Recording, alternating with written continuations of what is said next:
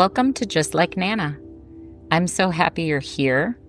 I hope you're enjoying your favorite hot, cozy beverage, maybe some tea with honey, or your favorite version of coffee, no matter how many ingredients that involves. Maybe it's even some warm milk with cinnamon sprinkled on top. Or just maybe it's the beverage that your Nana used to prepare for you when you would stay with her. For me, that was Tang. I only ever had Tang at my Nana's house, and I loved it. We're here at Just Like Nana to explore generational trauma or ancestral trauma. And I want to be clear from the get-go that I am not a mental health professional. What I am instead is deeply curious about how situations, events, traumas that occur in families can replay themselves through generations until they are resolved. And I think of myself as a curator of information related to that generational or ancestral trauma. At Just Like Nana, I would love to present you with a mix of information. Some will be from professionals. So there will be interviews with mental health counselors and therapists, Reiki practitioners who help folks with energy work, breathwork facilitators, neurologists who study the impact of family trauma on the brain and how that plays out through generations, genealogists, if you'd like to learn more about your own family. We'll hear from authors. Many books address themes of family trauma that present in different ways through the generations until in your favorite book, it comes to a head and there's some sort of resolution. I will also tell some of the stories I've written about my Nanas, and I will interview anyone who's interested in talking about their families and some of the trauma they've seen played out in their families through the generations, or how a specific event affected generations that didn't actually experience that event. If you're interested, I would love to hear from you. The website is justlikenana.com.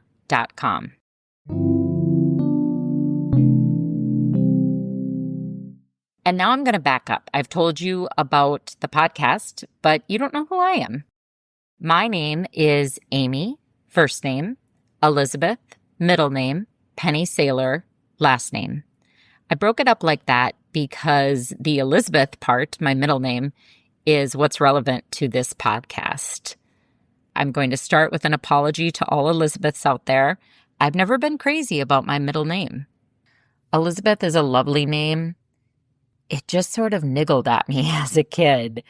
It was too big, too fancy, too important, and it just didn't resonate with me. And I was so happy to find this connection with my Nanas and with my family roots. I did a DNA test about 2 years ago now, and then built out my family tree on Ancestry.com. They're not paying me. I'm just telling you that's where I did it.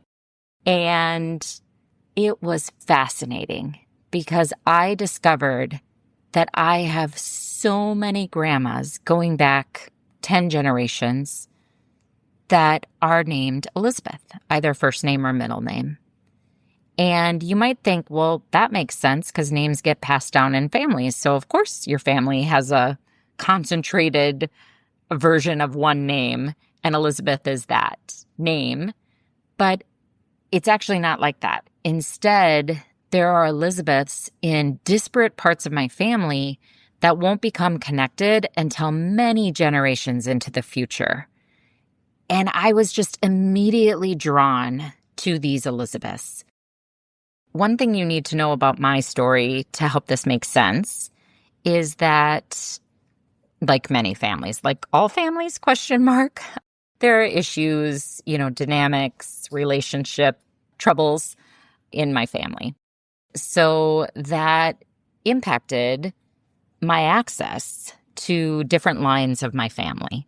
So let's start with my dad's side of the family. That's sort of the easiest. My dad's side of the family, I didn't have a lot of access to. There were religious barriers there between my dad's side of the family and my mom's side of the family. And so my relationship with my dad's side of the family was pretty cursory at best and kind of waxed and waned through the years, whether we would even have contact. So I didn't know them very well. And on my dad's side of the family, it's fascinating because there is only one Elisabeth. So she is the sole representative from my dad's side of the family. So then you move over to my mom's side of the family.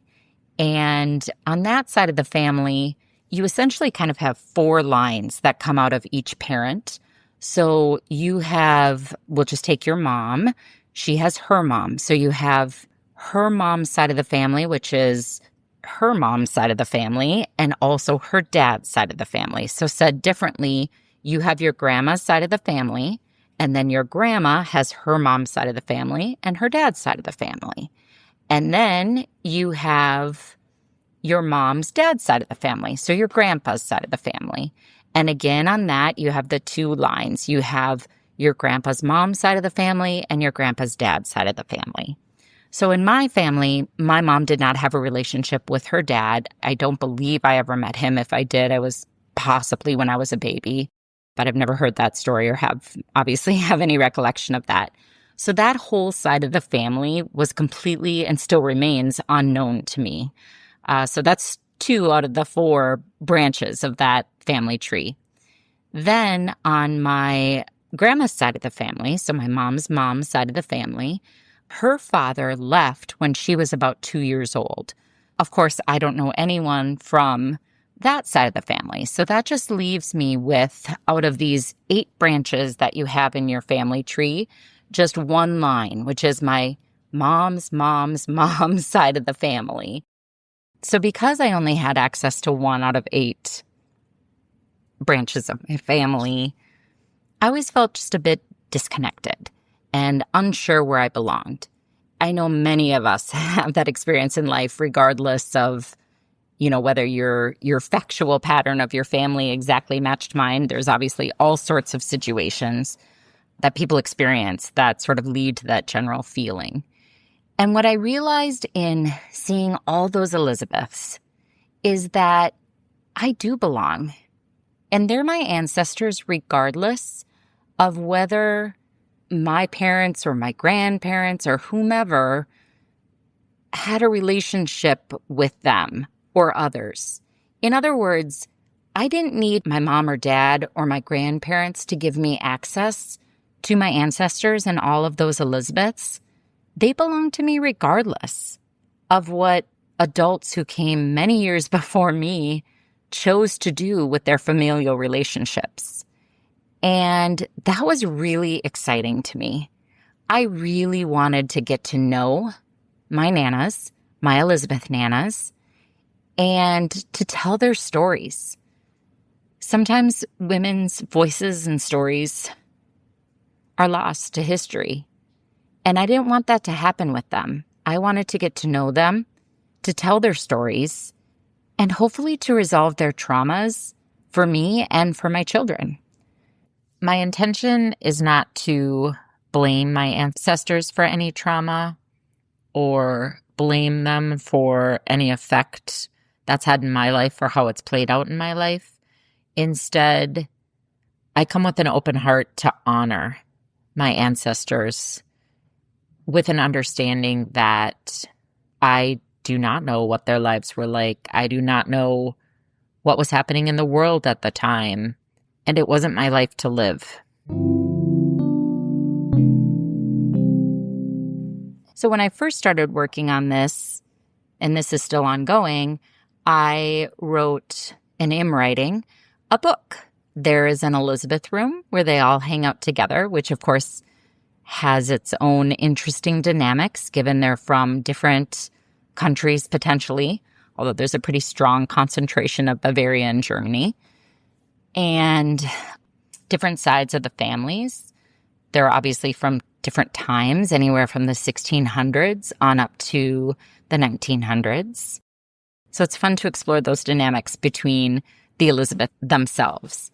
And then the book is structured such that the granddaughter, who, spoiler alert, is me, interviews each Nana and learns about her life story. So how I've been doing that is that I've been doing some research on Ancestry.com and then also just research outside of that context to learn about what would the world where they existed have been like during the time they existed, and can I find out any information about their lives specifically?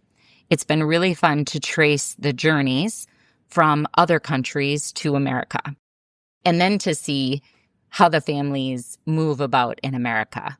As I mentioned, my mom's side of the family, which is the side that has, nearly all of the Elisabeth grandmas. There are 44 Elisabeth grandmas on my mom's side and 1 on my dad's side.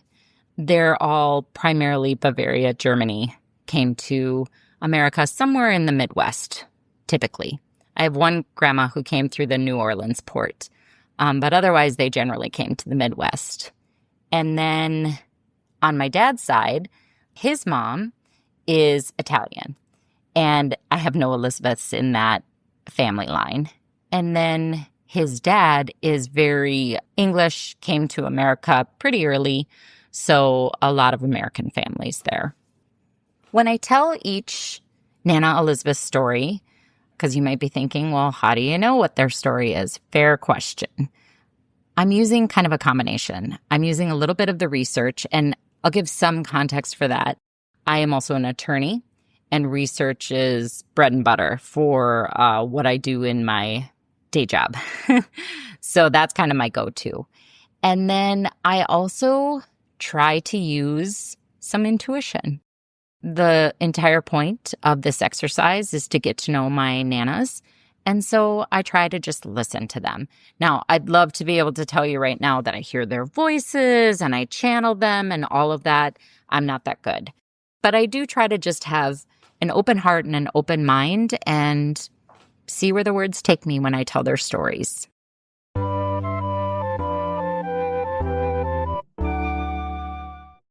So I'd love for this episode to tell you one of the stories. This is about my 5th great grandma, Elisabetha Kaltwasser Simon. She was born in Bavaria in 1811. She makes the journey to Illinois and she dies in 1887. This is my story of her when she's about a 12-year-old girl. So this story takes place in Bavaria, April 1823. My long brown braids were tied at the end with blue ribbons. They were a gift from Mama because I just turned 12. I'd finished school and obtained a job with the cobbler. It was the first time I'd worn anything beautiful. The ribbons made it almost bearable that I wasn't to attend gymnasium, secondary school, with my best friend Lulu. Perhaps I could have if Papa had not fought in the Napoleonic Wars, but he had, and it had cost him his life, so Mama needed help. I was vain about the ribbons. I could not stop fingering the cool, smooth fabric. Of course, the church had taught me that all vanity was sinful, but their beauty made my heart feel big. My dresses had always been plain. Mama made them a few sizes too big so I could grow into them. Plus, the dresses had to be big to cover my body. When Mama talked about how shameful, well-fitting dresses would be, I nodded solemnly, just like Mama expected. But I knew the truth. I was already shameful. My thoughts were pure wicked. Mama and Sister Fausta told me again and again that Father Oscar was always right. He spoke with God's voice. They beseeched me to be pure. When they did, I squeezed my eyes until all I saw was darkness and little white floating dots. I willed myself to listen to them, but it was so trying. Father Oscar just didn't make sense. When he spoke, my heart grew cold and small, and I felt a gnawing empty. It was as though I was no longer there. I was just nothing. Father Oscar said all girls had the devil in them. Only fervent confession, penance and humility could save them turning Hexe. That word made my breath catch and my stomach clench. Mama's face became worn and worried when Hexe were mentioned. Mama would clutch her rosary and cross herself again and again. Sometimes I could sense Mama looking at me when she did so, but I never saw it direct. Mama's eyes were always downcast. I reckon there wouldn't be enough rosaries in the world for Mama if she ever learned about the uncontrollable knowing at my beckon. I could smell an event before it occurred. I could converse with animals in their languages. And there was a voice in my heart that refused to be silenced. That voice was the worst. It said that being a girl didn't make me a sinner. That declaration never failed to make me gulp. I knew only a Hexe would say such a thing, and it had to be dead wrong. Father Oscar was clear that all were sinners, and none more so than girls. The only way girls could redeem themselves to God was to have lots of babies for their husband. That was their only purpose in God's plan.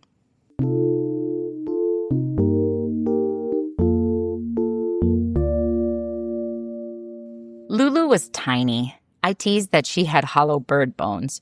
Her hair was black and her eyes even blacker. And such eyes.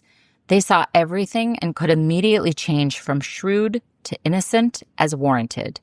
She was the only girl in a family rife with men, uncles, brothers, cousins. Lulu's mama had died birthing her, so Lulu was stuck with the men. They were tall and strong, all of them. The church let Lulu's family work a wide swath of land, more land than any other family was given. In return, the church demanded bounty. Crops were planted nearly everywhere. There was one small meadow, though, that had been spared. Lulu and I loved that meadow. It abutted the forest. The dense trees created a tenebrous atmosphere. The darkness framed the golden and purple wildflowers, which made the meadow all the brighter. Lulu and I hid a book of poetry in a rotted dogwood tree. It made us giggle that the dog-eared book was in the dogwood tree.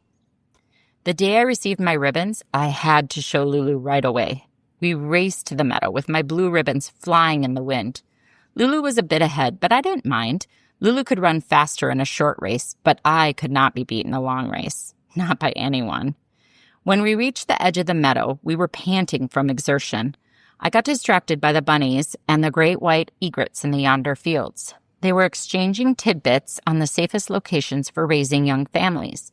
Even though the voice inside me was frightening, I could only delight in hearing the animals talk.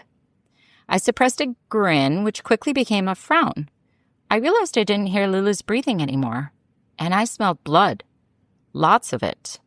It was one of those smells that came before the event. It was not yet present, but it foretold what could be. As all of this was registering, I spotted Lulu near the edge of the forest. Her face was waxen. Her eyes had expanded so much they seemed to cover that face. I followed her frozen gaze to a pack of gray wolves. They were stately and beautiful and fierce. They were forming a circle around Lulu. Although I understood the language of animals, I'd never tried to talk to them. I was certain my first attempt should not be with wolves. They were intelligent, majestic, and loyal to their pack. And the pack was hungry. I shook my head to clear it. Then the voice spoke. "Now, Betha, tell them of Callie and the wolf pup." At these very woods 7 years ago, I found a wolf pup in a clump of beech trees. He was scared, lost, and alone. I knew his locale because the circling eagles were discussing their plan for a tasty morning snack. I ran and scooped him up before the eagles swooped. Then his mama appeared. She was lithe with silver-gray fur, black and white markings, and the palest blue eyes imaginable. She took the pup, saying to me, "I am Callie. You are of us now."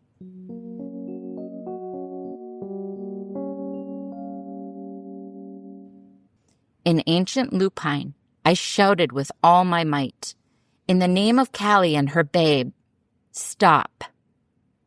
Eerily, every wolf raised their ears and swiveled to face me. I have never been so terrified. But Lulu was in danger. There was no choice. As one, the wolves bowed their heads, turned, and loped back into the forest. Lulu ran to me sobbing. We hugged and comforted each other. We were safe. And then we heard the vulgarity. Hexe. Betha is Hexe. Startled, we turned to see Lulu's father, Matteo, at the edge of the meadow. Matteo spat at me. I saw you control the wolves. I knew you were rotten, just like your mother. Now I know you're Hexe. Matteo grabbed Lulu's arm and dragged her away.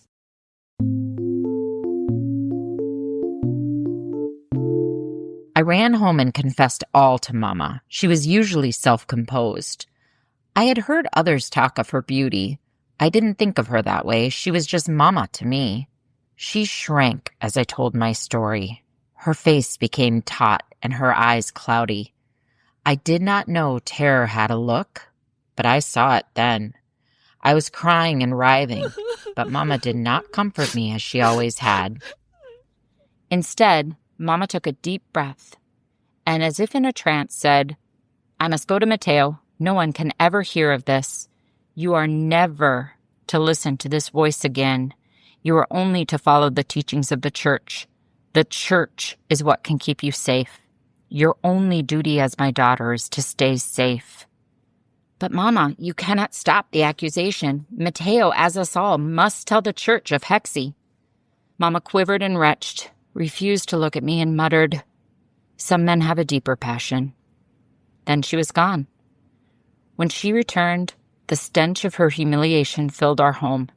It was weeks before she looked at me.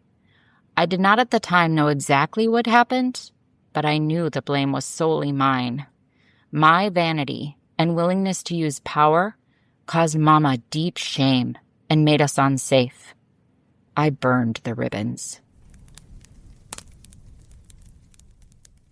Many of you probably figured this out, but to be clear, Hexe is witch in German. So excited you were here today. Thank you so much for listening. I would love to hear your story. If you're interested in sharing it, please go to justlikenana.com to submit your story. There are also resources there if you're interested in learning more about discovering your ancestry or breaking some trauma cycles in your family. I have an ask of you. If you enjoyed today's show, I would love if you subscribed and let a friend know they might enjoy it as well. Talk to you again next week. Can't wait. Just Like Nana's theme song was written and performed by Carter Penny.